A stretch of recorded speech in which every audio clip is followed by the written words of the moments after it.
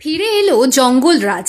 সম্প্রতি শেষ হয়ে যাওয়া বিহার নির্বাচনের প্রচারে প্রায় প্রতি পদেই লালু প্রসাদ জমানার জঙ্গলরাজের স্মৃতি উস্কে দিয়েছেন প্রধানমন্ত্রী নরেন্দ্র মোদী। এবার তাঁর সরকারের প্রণীত নীতির বিরুদ্ধেই প্রয়োগ হল সেই পরিচিত শব্দবন্ধ। শ্রম কোড চালুর বিরোধিতা করতে গিয়ে সিপিএম এর পলিট ব্যুরো বলল শ্রম ক্ষেত্রে জঙ্গলরাজ। 29টি শ্রম আইনকে বাতিল করে 4টি শ্রম কোডের আইন সংসদে আগেই পাশ করিয়েছিল কেন্দ্র।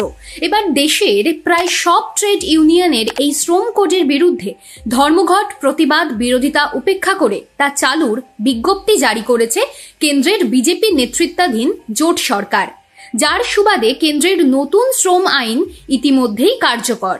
উল্টো দিকে আগামী 26শে নভেম্বর এই কালা শ্রম আইনের প্রতিবাদে দেশ জুড়ে ফের আন্দোলনে সামিল হচ্ছে শ্রমিক সংগঠনগুলো। কিন্তু নয়া শ্রম কোডের পক্ষে সওয়াল করতে গিয়ে যখন বলা হচ্ছে রাজ্যভিত্তিক শ্রম আইনের তারতম্য ঘোচাতে এবং শ্রমিকদের সুরক্ষার স্বার্থে পুরনো জটিলতা কাটিয়ে এই নতুন কোডের প্রণয়ন, তখন কেন দেশ জুড়ে এই উচ্চকিত বিরোধিতা? সমাজ মাধ্যমে এক বিবৃতিতে প্রধানমন্ত্রী নরেন্দ্র মোদী বলেছেন, শ্রম আইনগুলি কার্যকর হওয়ায় আন্তর্জাতিক সমাজ সুরক্ষা, ন্যূনতম ও সময় মতন মজুরি প্রদান, নিরাপদ কর্মক্ষেত্র, মহিলা ও যুবদের নির্দিষ্ট পারিশ্রমিকের সুযোগ সৃষ্টি হবে। এর দরুন শ্রমিকদের অধিকার নিশ্চিত হওয়ার পাশাপাশি দেশের অর্থনৈতিক উন্নয়ন সম্ভব হবে বলেও প্রধানমন্ত্রী জানান। বিকশিত ভারতের লক্ষ্যে এই আইন কার্যকর হওয়ায় কর্মসংস্থানের সুযোগ সৃষ্টি হবে বলে দাবি করেছেন তিনি।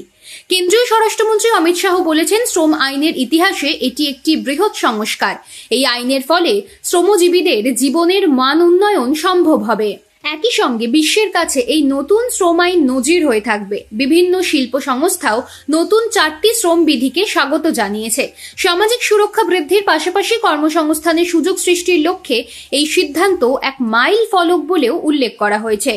শ্রম কোড যদি এতটাই ইতিবাচকতায় ভরা হয়, তাহলে কোন যুক্তিতে এই বিধি চালুর বিজ্ঞপ্তি জারির তীব্র প্রতিবাদ করে সব ট্রেড ইউনিয়ন এবং গণতান্ত্রিক শক্তিকে একযোগে বিরোধিতায় নামার ডাক দিয়েছে পলিট ব্যুরো?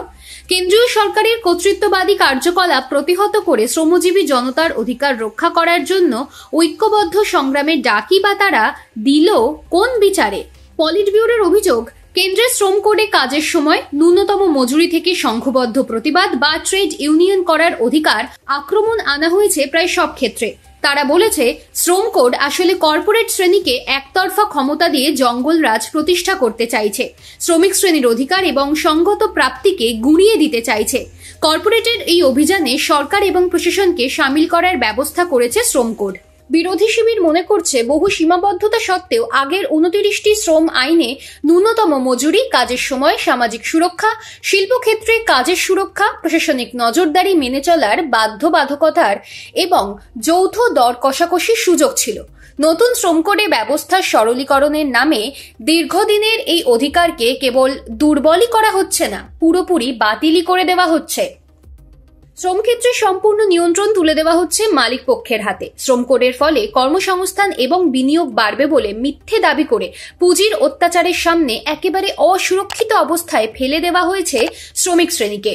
শ্রমিক সংগঠনগুলোর দাবি, এই আইনের ফলে শ্রমিকদের সামাজিক সুরক্ষা কমবে, ট্রেড ইউনিয়নগুলির ক্ষমতা হ্রাস পাবে, শ্রমিক ছাঁটাইয়ের মালিকদের বাড়তি সুবিধা হবে, কর্মীদের কাজের সময় বেড়ে যাওয়া, হাতে পাওয়া বেতন কমে যাওয়া, ন্যূনতম মজুরি হ্রাস পাওয়ার সম্ভাবনা, পাশাপাশি বাড়বে চুক্তিভিত্তিক নিয়োগ। আর তাই প্রশ্ন উঠছে, এই নতুন শ্রম কোড কি শ্রমিকদের ভবিষ্যৎ সুনিশ্চিত করার পদক্ষেপ, নাকি কণ্ঠরোধ করে শোষণ করার নতুন গাইডলাইন?